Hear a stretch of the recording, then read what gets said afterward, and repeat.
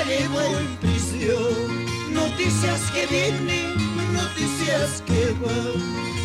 Ninguna noticia de mi pobre madre, ninguna noticia de mi santa madre.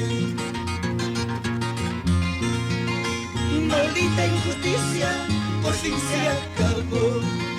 Con pasos lentos dejo mi celda, con las esperanzas de verla a mi madre, con llanto en los ojos para besarla.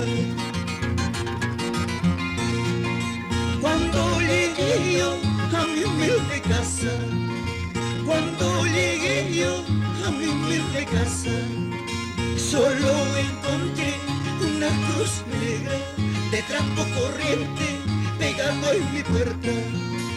Solo encontré una cruz negra de trapo corriente pegado en mi puerta.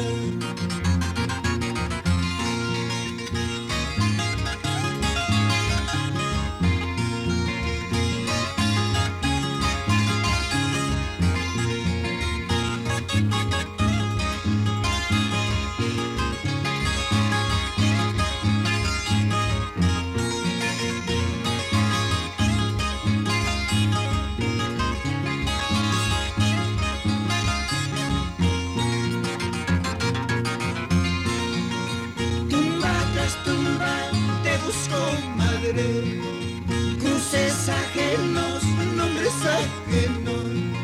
Solo encontré una rosa blanca con cual tropecé inocentemente. Solo encontré una rosa blanca con cual tropecé inocentemente. En esos momentos escuché una voz: ay, hijo mío, no me maltrates. Esa flor que pisas, esa soy tu madre. Esa flor que pisas, esa soy tu madre.